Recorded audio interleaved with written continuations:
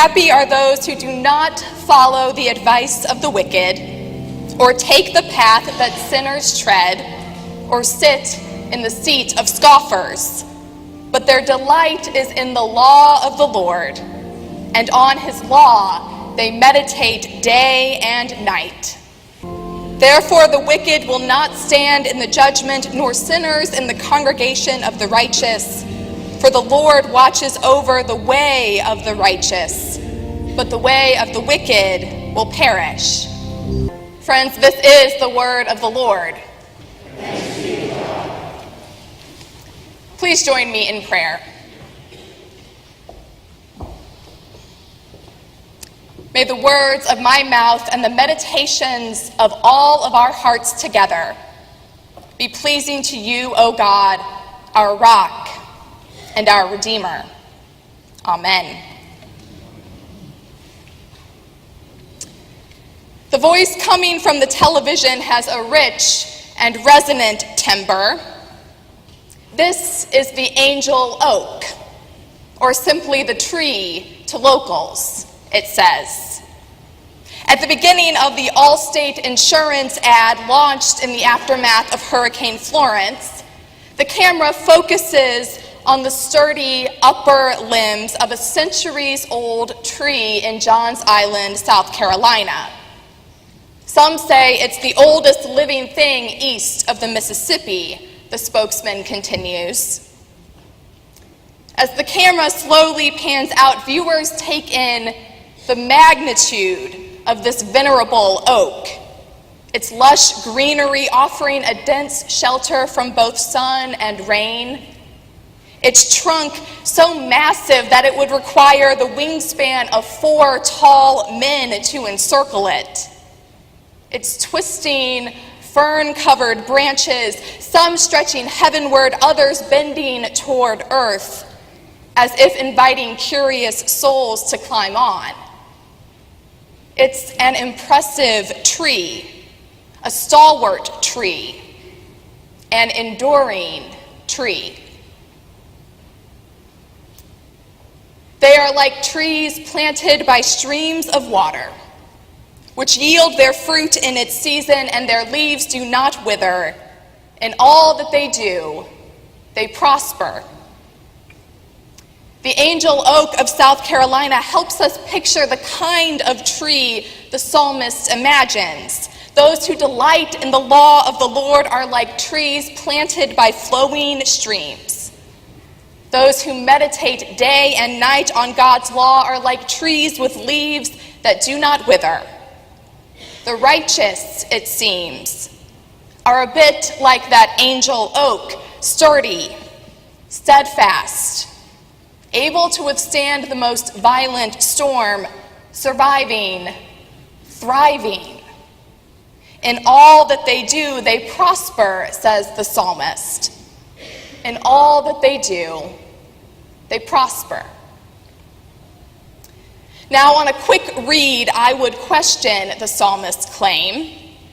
I'm not sure if things have changed that much in the last 2,500 years, give or take.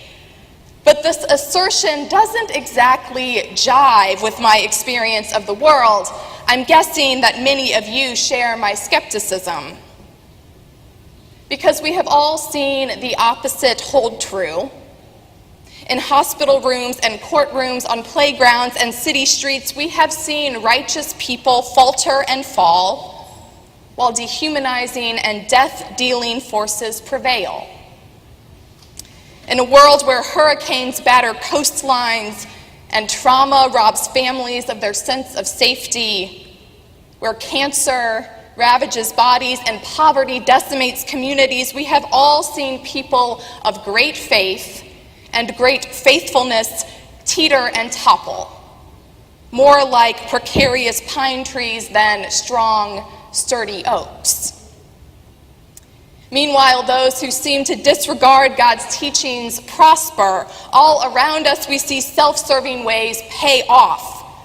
Corporate profits increase while pollution spoils our waterways. Greed runs rampant while the poor lose ground. Abuses of power seem to go unchecked, while shared values yield to privileged voices.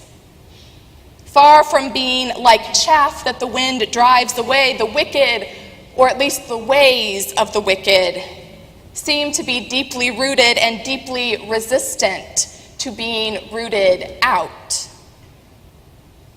Oh, how easy it would be to live in a world where the ways of the righteous do prosper and the ways of the wicked perish. How easy it would be to live in a world where those who delight in God's law reap their reward, and those who flaunt it suffer the consequences of their choices. But we don't live in that world. And to be honest, I don't think the psalmist envisions that world either. I don't think the destinies of the, quote, just and unjust can be as deftly drawn as a cursory reading of the psalm would suggest. So let's dive a little deeper. If we meditate on these holy words, just as Psalm 1 encourages us to do, we discover that this text is not so much intent on categorizing people as just or unjust, or on parceling out rewards and punishments, or on satisfying our acute sense of justice. Psalm 1, rather, is an invitation, a call, a charge to those of us who seek God's ways. Happy are those whose delight is in the law of the Lord, and on God's law they meditate day and night. They are like trees planted by streams of water. They are like trees planted by streams of water. For me, this image holds the key. This picture of a tree tenaciously rooted on a riverbank where it has the nourishment it needs to grow steady and strong, like South Carolina's angel oak. Those who thirst for the word of the Lord are like trees whose roots have found ever-flowing streams.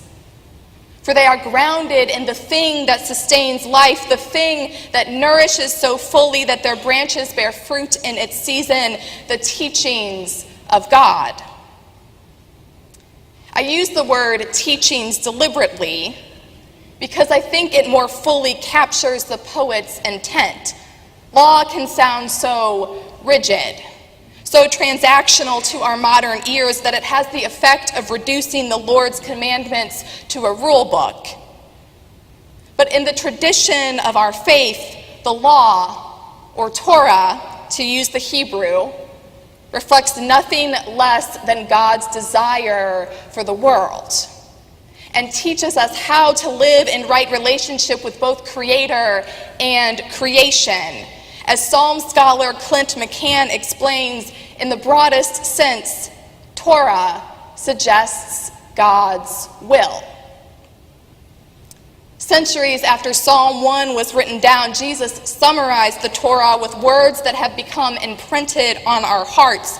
You shall love the Lord your God with all your heart and with all your soul and with all your mind, and you shall love your neighbor as yourself. In short, Torah is the law of love. The psalmist calls us to meditate day and night upon the teachings of God, not by poring over Deuteronomy by candlelight, though that may be part of it, but by discerning in all things what it means to love the Lord your God with heart, soul, and mind, and to love our neighbors as ourselves. So whether we are wandering the canned food aisle at the grocery store or making the phone call that we've been putting off so long, whether we are waiting in line at the DMV or bandaging a toddler's scraped up knee, we are to attend to God's law of love. When we do so, when we seek to discern in all things the will of God, we become like trees planted by streams of water, drawing nourishment from the wellspring of life and sustenance from the fountain of grace, always refreshing our faith, always renewing our souls, because our roots reach deeply into the living waters of God's eternal truth. Now, there's something else about these trees. They are not ornamental. They are not mere objects of beauty lining the riverbank for the pleasure of passers-by, so that onlookers may marvel at their sturdy trunks, their sprawling branches, their striking foliage. Nor do they simply thrive simply as testaments to the worth of the soil and the purity of the water where they are planted. These trees, the psalm tells us, yield their fruit in its season, and their leaves do not wither. They bear fruit. Figs or pomegranates or olives or almonds, the variety does not matter. What matters is that their produce feeds the world. So the trees planted beside flowing streams, which are nourished and sustained by the teachings of God, in turn nourish and sustain others. When these trees flourish, those around them flourish. The children who climb into their branches to pluck the ripe lemons, the birds that gather their seeds and pits, the communities that harvest the fruit for their livelihood. It is an image of abundance, thriving trees planted by life-giving streams, bearing fruit that gives life to others. No wonder the psalmist declares, in all they do, they prosper. Yet this is a prosperity. This is a prosperity not limited to the economic success of some, but broadened into well-being for all. Prosperity is not a reward the faithful earn through obedience, but a gift that blesses others so that all creation flourishes. So it is with those who ground their lives in God's teachings, seeking always to love the Lord with heart, soul, and mind, and to love their neighbors as themselves. For their acts of faithfulness, large and small, bear fruit in its season. The kindness offered to the harried mother in the airport security line, the dollars spent buying coffee for a stranger, the time given to acknowledge the humanity of that person begging along the street, the listening ear offered a neighbor distraught over the week's events. Such expressions of love, rooted in and nourished by the ever-flowing stream of God's grace, lead to the flourishing of others. It transforms the community around them so that all may prosper. This way of life is one that is rooted in God's law of love. This way of life leads to fullness, to joy, to well-being. This is the assurance of Psalm 1, that those who orient their lives to God and neighbor discover the joy of living with and for others, and all thrive. I invite you to picture again that angel oak, a tree with stories to tell, 500 years of stories to be precise. I wonder how many birds have nested in its branches. How many squirrels have gathered acorns from around its roots? How many picnic goers have found shelter under its generous canopy? I can only imagine how many school children have gravitated to this jungle gem of an oak. And that's just one tree. What a difference might a grove of faithful trees make? There was a story published this week in Presbyterians Today about the Sanctuary Church in Fort Lauderdale, Florida. It was once a grand church building located on 8 acres of land along U.S. Highway 1 with a waterfront on the Middle River. Some 50 years ago, it housed a congregation of almost 1,600 people. When the present pastor arrived, the active congregation numbered 25. The question of their future was a real one, and some would argue that closing that church and selling the property would have generated a small fortune for mission. But the faithful remnant were deeply rooted and wondered how they might yet bear fruit. Discerning a call to serve their neighbors, they were led to open their building to any number of nonprofits, and soon experienced how their hospitality could make a tangible difference in the lives of their community. And as they opened their hearts and their home to their neighbors, God seeded their imaginations with a call to something larger. Dreams emerged, possibilities were explored, and soon now, with the support of their presbytery, the congregation will break ground on a project that will transform their property into the sanctuary village. Grounded in faith on the shores of the river, this resilient congregation will build a place that welcomes the poor and provides multiple services: healthcare, affordable housing, schools, office space. With hearts and imaginations reaching up to heaven and bending toward earth, the people of Sanctuary Church are shaping a radically new future so that others may find shelter and the yield they need to prosper. Who knows how many will thrive because of the leap of faith of one small congregation whose roots draw deeply from God's teachings.